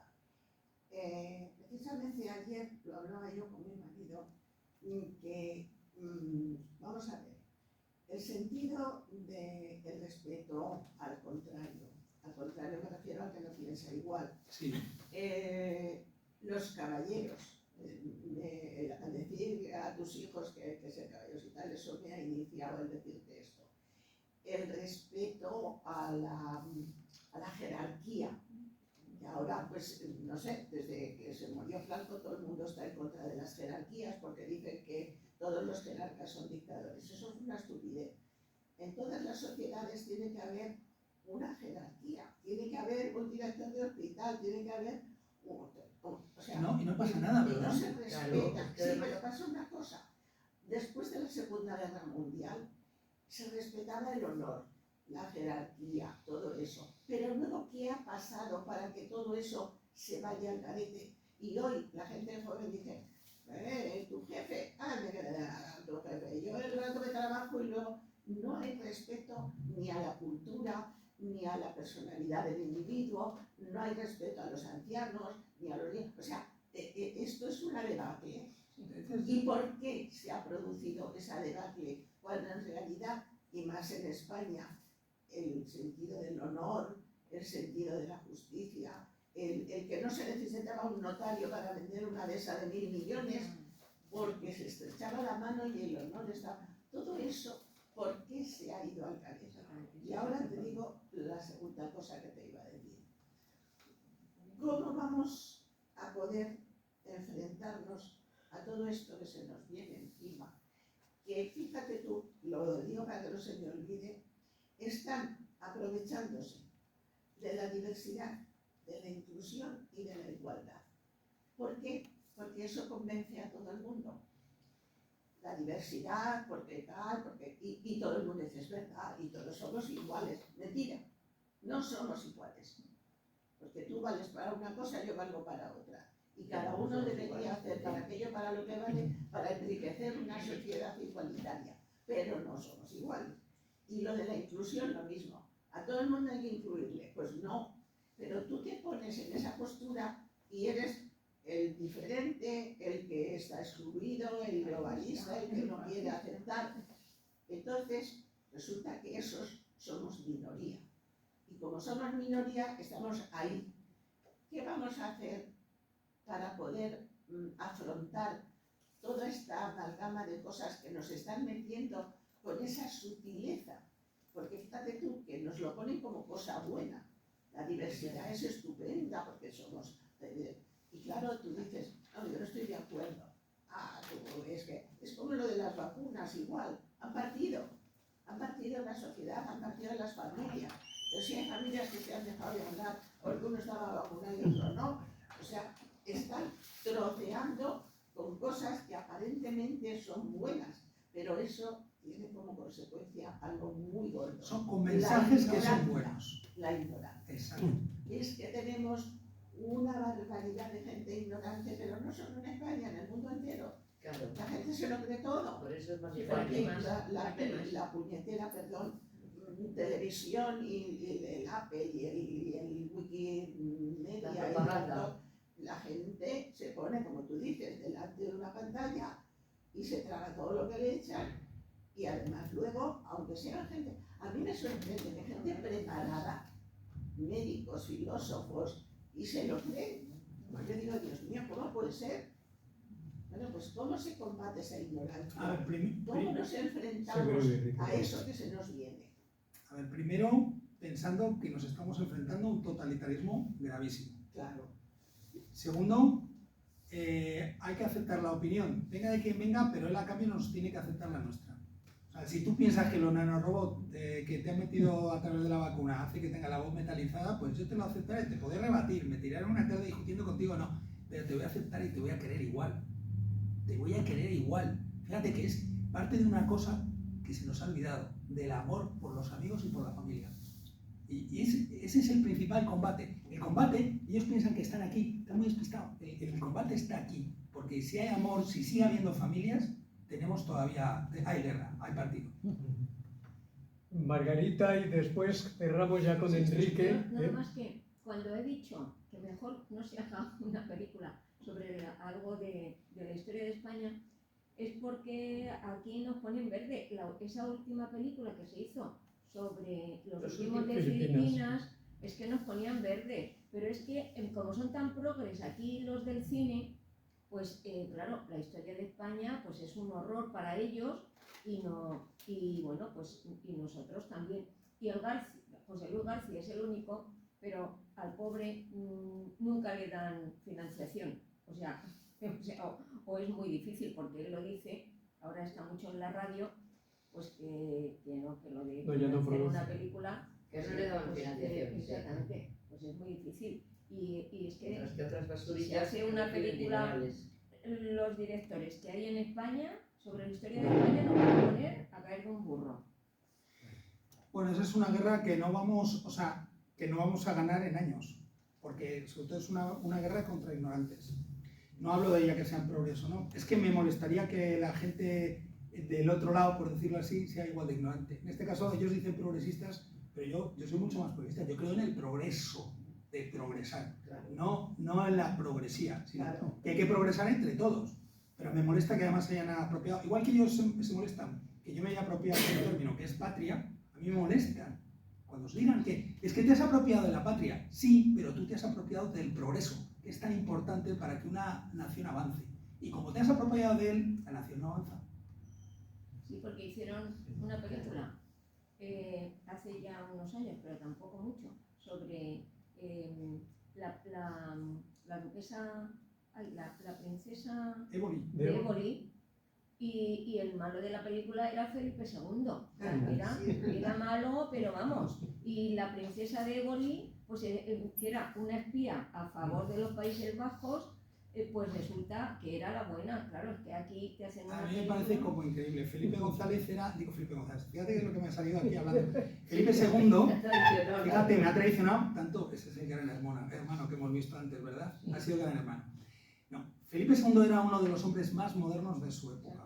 Cuando se convierte en un hombre tan oscuro, dices que sí, claro, se hizo viejo y se volvió tenebroso. Bueno, aparte para morir con la edad que murió, que era entre 60 y 70 años, ahora mismo no recuerdo exactamente. Sí, exactamente. O sea, murió, era el más viejo de la corte en ese momento, y murió no solo enfermo, sino deprimido, porque había tenido 13 hijos, había sobrevivido él a todos, y le habían sobrevivido solo 2, ¿vale? Solo 2. Y Y no el mejor. por el camino había dejado una mujer a la que quería mucho, que es la mujer esta francesa, a la que adoraba. Isabel de Valois. Exacto.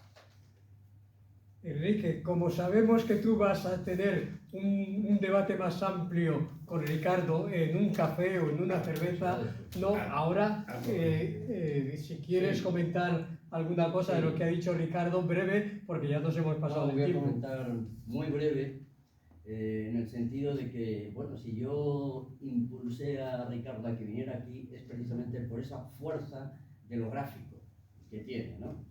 Por ejemplo, cuando habéis tocado lo del coronavirus, ahí donde pones todo el mundo viendo la televisión, un señor y que tiene el corona ahí en la tele, ¿no? Pues es meterlo así por los grandes medios. Las 2 últimas señoras que han intervenido tienen mucha razón, en el sentido de que si mantienes la televisión, estás consiguiendo que todos los medios que tenemos hoy a nuestro alcance, pero manejados desde el punto de vista de estrategia política o estrategia nacional, sean apabullantes. Pero es tan sencillo como desconectar el teléfono, desconectar la tele, tener información, no ser ignorantes y recurrir a aquellas personas que de verdad saben. Desconecta incluso las palomas mensajeras, nos quedamos simplemente con el bulo, qué dices tú o qué digo yo, con el rumor que se propaga todavía mucho más rápidamente, y hablando la gente y no cortándola y confinándola y separándola, nos enteraremos de muchísimas cosas más. ¿Cómo me he enterado yo que, resumiendo esta situación que vivimos, es tan sencillo como esto? Estrategia, como lo has dicho clarísimamente, Rusia, Estados Unidos, China. Para eso, una vez que cae la Unión Soviética, se diseña cómo conseguir Estados Unidos mantenerse en el poder. Vale, a alguien se le ocurre, y ahí está en los archivos de la Fundación Rockefeller, lo del virus, para meter miedo, virus de laboratorio, conocemos sus padres. Es precisamente Stefan Barik, el padre, en Carolina del Norte, su madre, Xi Zhengli, en Wuhan, con su amigo Lin Piao, y Lin Fao, el especialista en la espiga de los coronavirus. Quien nos lo dice, Li Menyan. Bueno, bastan estos 3 señores, tengo muchísimos más para saber qué es un virus militar, a propósito para hacerse con el control del mundo. Pero están todos de acuerdo porque estamos en un momento de armas biológicas, edición de ADN. En lugar de terminar con una catástrofe termonuclear, vamos a ver si con coronavirus o los virus que podamos manejar, pudiéramos hacer, por ejemplo, virus étnicos, virus que solamente afecten a japoneses, nos cargamos los japoneses, virus que solo afecten a norteamericanos, pues nos cargamos los norteamericanos, virus que afecten solo a los negros, nos quedamos sin población negra. No podemos, no puede, somos la misma especie. Lo que ocurre respecto a lo que han dicho ahora, ¿cómo sale? Vamos a ver, la idea de que yo doy y cómo conseguí esto, informarme a los 5 meses, ya sabía yo todo esto, en el 2020, después de ser de los poquísimos que ha pasado el corona, el COVID, de verdad, 17 días con fiebre, porque solo conozco a 5 personas que de verdad lo hayan pasado, pues es a base de aquello de contrasta la noticia, créete lo que te digan, pero contrástalo con lo otro, recurre a la filosofía, ten discernimiento y siempre apunta las cosas y procura contrastarlas. Y verás dónde está la verdad, dónde está la mentira. Porque hay dichos como aquello de se puede engañar a muchos, pero no siempre y no a todos. La mentira tiene las patas cortas. Y te cuento, si lo ponemos en imágenes y gráficamente, como tú has hecho ahí, Estados Unidos, China, las potencias mundiales, las que de verdad le interesa manejar todos estos medios de comunicación, medios de presión, para sacar, como siempre, negocio. Y bueno, lo voy a dejar porque luego hablaremos de Es que si no nos van a regañar. Solo quiero deciros una cosa que estoy aplicando en mi vida últimamente. Y que creo, más allá del discernimiento, lo que tenemos que aplicar ahora todo es fe. ¿Os va a parecer muy raro? A mí me ha pasado fe. Cada uno la suya. Mira, cuando yo iba al campo con los muchachos, practicábamos que cada uno era consciente de su fe y la practicaba. La suya, cada uno la suya. El ateo la suya, el creyente la suya. Pero, quiere decir, era coherente consigo mismo y practicaba su fe. En estos momentos difíciles, que yo creo que es un momento de evolución a la fuerza de la humanidad, lo que tenemos, ya sé que os resultará raro, a lo mejor fuera de lugar, es familia, tener fe, hacer mucha introspección y luchar y resistir. Es lo que podemos hacer contra estos poderes y contra estas fuerzas que vienen de fuera. Entonces, yo solo os digo fe. Hay que tener fe, hay que practicarlo y hay que estar con la familia. Muy bien. Antes de cerrar ya el acto, el próximo miércoles 18, en la serie de Pensamiento y Filosofía, nos va a hablar Ángel Martínez Samperio de Saramago, Política, Sociedad y Vida. Y fundamentalmente hoy agradecer a Ricardo toda su fluidez, sus conocimientos y lo bien que lo ha sabido explicar y comunicar, y esperamos contar contigo y con alguna persona que nos traigas más. Muchísimas gracias. Gracias a vosotros. Gracias por la paciencia de escucharme. Pero bueno, espero que haya sido interesante y hasta otra. Es un placer conoceros. Afortunadamente, hoy estaba pendiente de que entrasen los de la otra tertulia, pero he visto que por eso hemos ampliado un cuarto de hora más, porque normalmente a media o antes ya están llegando los de la otra tertulia. Bueno, muchas gracias por todo y un placer y disculpadme. Quedan muchas cosas por decir. Dime. Hombre, bueno, no te había visto, claro, como estaba sentado. La otra tertulia la hacen en la cacharrería. Perdona. La hacen en la cacharrería. El miércoles, el próximo miércoles. Yo creo que ya la hacen siempre en la cacharrería.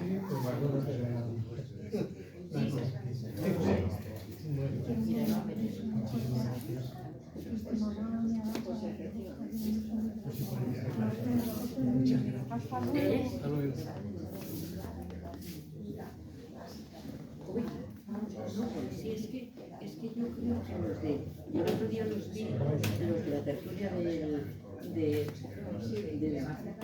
García Calvo, abajo, en la cacharrería. Oye, ¿a alguien le falta alguno de estos? Ahí, guárdale el suyo, yo no sé si Amparito está ahí abajo. Ya va a bajar. ¿Has quedado en algo? A lo mejor ya está. Voy a preguntar. ¿Y dónde estaban? ¿En lo de los cristales?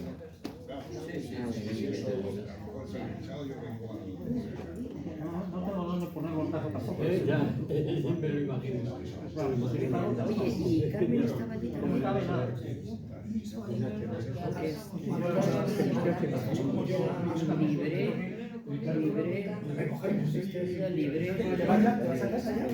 Lo mismo lo ha traído ni no te vayas solo, si vamos todos. Pero si no sabía la mamá, pero ¿por qué no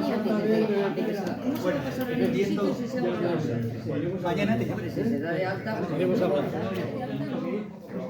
Un amigo mío estuvo en Burundi. Que no está con nadie. Yo no lo creo, además si se ha borrado. Es que, no, si ya lo sé. Me parece que si se ha borrado no puede pasarse a nadie. Muy bien, muchas gracias. Se queda aquí un barco. No sé si me ha parecido muy interesante, ¿eh? Me ha encantado, me ha encantado. ¿Por qué no, que no tenga lámina, que coja alguna que queda ahí? No, no voy a coger porque si No la no, enrolléis, luego no llevarla sé así, dónde guardar. porque se vicia, ese papel se vicia mucho. Bueno, yo ya recojo y ya me marcho. Enrique, espérate y ya me voy contigo, ¿vale? Bueno, es un placer conoceros. Espero que haya más veces. No sé qué os ha parecido. Me ha gustado, lo que pasa es que está abajo en el... para mí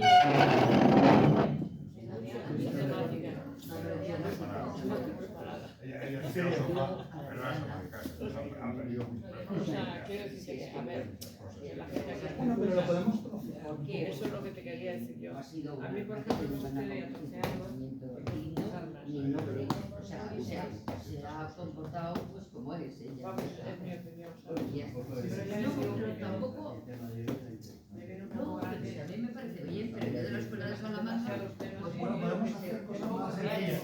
¿Esperas que venga contigo? Me voy a despedir del resto.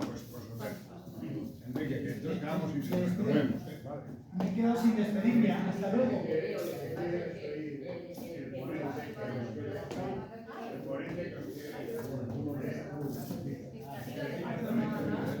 Encantada, yo es que es de final encantadísima. Pues un placer. Hombre, que yo quisiera que volviera. Hay muchas más cosas. La próxima vamos a hacerla sobre robótica. Está con ensamblado. No sé qué tal ha quedado ensamblado todo, pero es que yo creo que había quedado. pero si había visto bien. Bueno, pues Sí.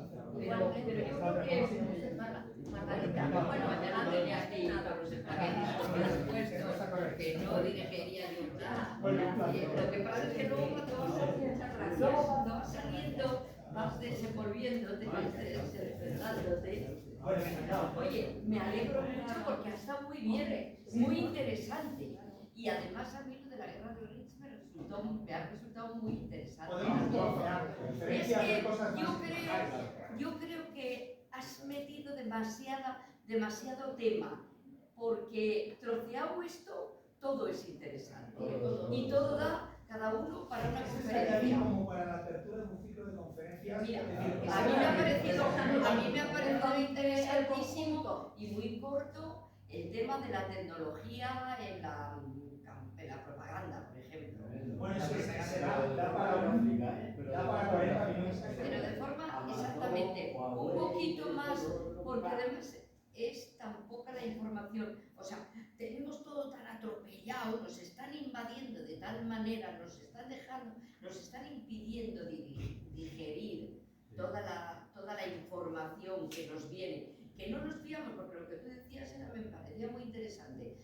Un día sale Fernando y otro día sale el apellido, Simón, y otro día sale otro, y desde luego lo que decía yo, cada vez que salía Simón lo apagaba. Igual que hago ahora cuando sale el Sánchez, lo apago, porque a mí, si a alguien desprecio absolutamente, o sea, vamos a ver, puedo apreciar, estimar y respetar al torpe, al pobre, al inculto, pero claro, por gente que por falta de medios tal, pero no puedo soportar al mentiroso, al que con conciencia te va y te engaña y te dice lo contrario. Es que yo, vamos a ver, yo no soy mentirosa porque no puedo serlo, porque tendría que estar discurriendo a ver lo que le dicho a este y a ver cómo se coordina con lo que le dije hace un mes. Entonces, a mí me sueltan una mentira y tengo una capacidad de retentiva que cuando me dicen lo contrario a lo que me dijeron hace un mes, me chirría y digo, ya está diciendo mentira porque con este tipo no me interesa hablar, porque ya no puedo contrastar mi realidad con su realidad, porque nos chocamos. Yo digo lo que pienso y ella dice, o esta persona dice lo contrario de lo que cree. No me vale, no me sirve y prefiero no hablar con ella. O sea, para mí es un personaje despreciable la persona que miente con la intención de engañar. O sea, de mentir. Yo voy a hacer campaña y luego es lo que me da la gana, que eso es lo que lo dijo una vez el viejo profesor, el alcalde de Madrid. Dijo, bueno, es que las campañas, no señor, las campañas son un contrato que tú estás firmando con la sociedad a la que vas a gobernar, o a la que vas a dirigir, a la que vas a no sé qué. Si tú eres capaz de conciencia mentir, tendrás que explicarle a la gente cuando haces lo contrario, ¿por qué estás haciendo lo contrario? Porque a lo mejor es que estás obligado con determinadas circunstancias, pero es que si no, esto es una merienda negra. Es que, a ver, el mentiroso al final queda o de una manera como un mirapilas,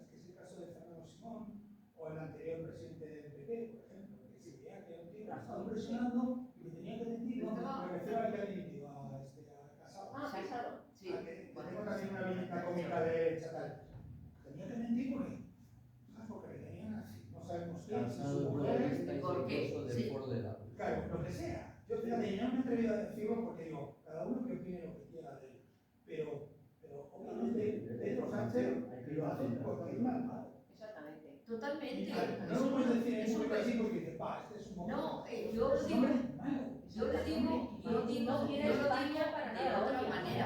Yo digo, es un personaje degenerado. O sea, este hombre ha degenerado su propia naturaleza, ha perdido la esencia de lo que es una persona con dignidad, con nobleza,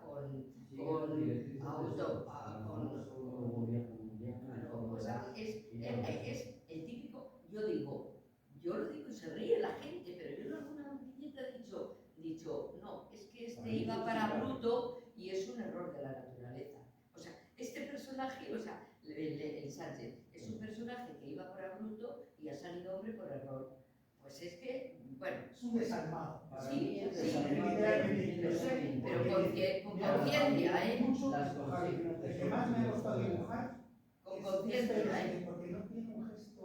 No, es completamente amoral.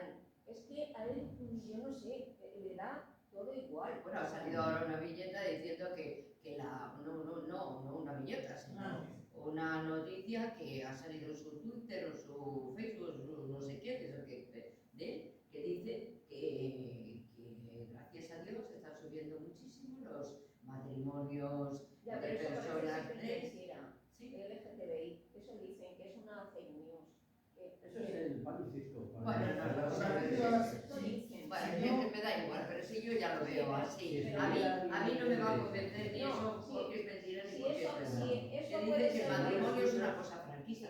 Oye, aquí, en una tertulia de mitos, una persona en concreto, con nombre y apellido, dijo, bueno, si el matrimonio es una cosa franquista, ¿por cuánto tiempo lleva el matrimonio? Pues el matrimonio llevará 100 años, porque 100 años, y bueno, se consolidó con Franco. Le dijo, os puedo decir el nombre y el apellido, ¿de acuerdo? Y dije, sí, hombre, pues Abraham y Sara eran de la época de Franco, y tantas parejas con...